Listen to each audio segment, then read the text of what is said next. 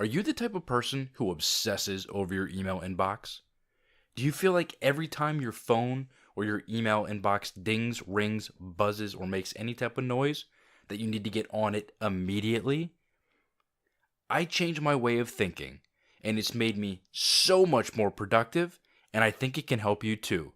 Let's dive into it.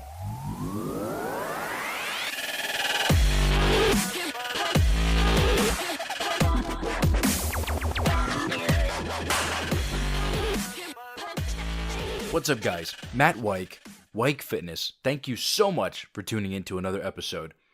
I want to truly thank you guys because you guys have supported me so much. You know, the podcast has been growing both on my website, on iTunes. We're slowly, very slowly, gaining some subscribers over on YouTube. But I just want to thank you guys because obviously you could be doing a million different things, but listening to the podcast, learning something, implementing something that I say or that I teach in my podcast, on my website, and then giving me the feedback that, hey, I implemented this and it changed my life, it means more to me than anything. So I'm glad you guys are, listening and reading and engaging with the content and using it to its full abilities. So as I said in the intro, I can't tell you how many times I see people, as soon as their phone rings, dings, buzzes, makes any type of noise whatsoever, they're grabbing it as if something magical just happened in their inbox that's going to change their life. There are so many people who will stop what they're doing. They will crush their productivity just to see what that email is. The one thing that you have to understand and realize is that an email is not your to-do list, okay? It's someone else's to-do list for you, okay? So you need to respect your own time. Otherwise, no one else is going to respect your time for you. They are going to use, abuse, chew you up, and spit you out to the fullest just so that they can get what they need done out of you. So just remember that. Another thing that I want to talk about is this whole inbox zero nonsense. I see these people say, I'll do whatever it takes to get to inbox zero by the end of the day. Why? Who cares? Here's my thinking and the way that I used to be that person. I used to be that person who I couldn't go to bed until every single email that I received was taken care of. I solved the problem. I gave a solution. I replied if it's just something goofy with a thank you or however I decide to respond. And now my whole thought process has changed. And that's because I'm literally so busy right now with my business that I don't have time to go through and comb through spammy marketing type emails, inquiries from my website, client, questions and stuff like that. I just don't have the time. So I have to truly focus on where the priorities are in my actual inbox. So sure, if I have spare time, in my day, I'm going to go into my email and I'm going to get rid of all the stuff that's junk. Everything that looks like marketing or spam, it's gone. So I just get that out of the way immediately. Now that's if I only have maybe a couple minutes. If I have longer, then, I'll actually dive into some of the other emails that I get. Eventually, I will get to them, but it's not my main priority, and here is why. If I get an inquiry from my website that ends up in my inbox, they generally want something of me.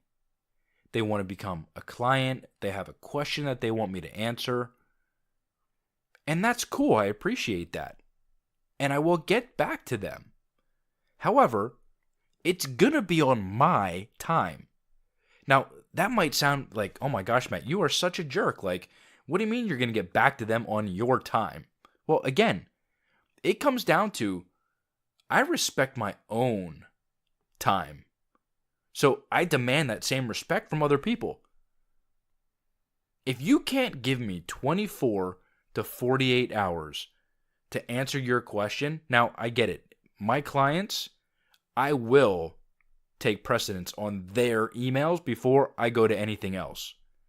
If I see a client emails me, that's going to be a priority when I open up my inbox. Everything else, back burner for the time being. But going back to the whole, give me 24 to 48 hours to get back to you piece. If somebody doesn't respect my time enough that they're so demanding that they need a response immediately, and it could be a prospect, it could be a huge contract that somebody wants to work with me on. If you demand more than or quicker or faster than a 24 to 48 hour window of a response, you're probably not going to be somebody that I want to work with anyways. You're going to wait to the last minute on things, which is probably why you're contacting me and expecting a response so quickly. I'm not going to bring somebody on as a client, whether it's a personal training client, a nutrition client, a content writing client, a copywriting client, a consulting client, whatever the case may be. If you're that demanding that you need an answer immediately, I don't want to work with you. And that's not to say that I'm being lazy, like I just don't want to get back to you because I have, other things that I'm working on that, don't pertain to work or my business or whatever. That's not the case. I'm not sitting on the couch with my feet up, Netflixing all day long. Okay? Literally from sunup to sundown, I'm in my office getting work done. I have my family time around dinner. As soon as my kids go to bed, I'm back in the office working. So you're probably thinking, well, Matt, then there should be a ton of time that you should be opening up your inbox. Cool. I could be, but I'm working on other areas of my business or working on projects for my clients. I will get to my inbox when I'm ready to get to these emails. Everything that I have on my priority list needs to be done before I get into those emails. Because there's nothing that's in those emails, unless it's the client telling me something that I need to change on the project that I'm currently working on. Obviously, that's important. But at the end of the day, there's nothing that is in my inbox that should be changing my day in any manner or any fashion. I have a list of my to-do. I have a list of A things categorized that are, I need to get them done today. I have my B's and I have my C's. For me, productivity is what drives my business. It's what allows me to take on so many clients. If I had distractions in the middle of the day or any part of my day, it would completely mess up the flow of my work and my productivity, that I couldn't get as much stuff done as I do. And there are people who are like, Matt, you do all of this content. How do you produce content and have stuff come out, once every single day, sometimes more than once a day, that things are getting published? It's because I manage my time, I respect my time, and I demand that people also respect my time. Listen, the customer is not always right. If you don't respect my time, I don't care how much money you want to throw my way. I don't want your money. Because if you're going to be a pain in my ass, it's not worth it. Listen, my turnaround time is extremely quick. If somebody gives me a project, it's usually done within anywhere from 24 to 72 hours. Okay? If it's a big project, like I'm writing an ebook for somebody or I'm ghostwriting an actual book for somebody, obviously that's going to take a little longer than the 24 to 72 hours. But generally my turnaround time is extremely quick. And the people I work with know that. And they respect my time. They say, hey, Matt, no rush on this. get it to me when you can. But I still meet, my personal expectations of myself of getting things done within 24 to 72 hours. That gives the client more than enough time to read over whatever I wrote, give me some feedback. Hey, I like this. I'm not quite sure I want this in there. Can you make this revision? Can you make that revision? Cool. Then, it comes back to me. I work on it, put in the revisions, send it back, good to go, move on to the next project. So it really comes down to that, this whole inbox zero nonsense where you want to stay up until 2 a.m. so that you can get all of these emails done, and then you're working off of like no sleep at all. So then you end up being less productive the next day.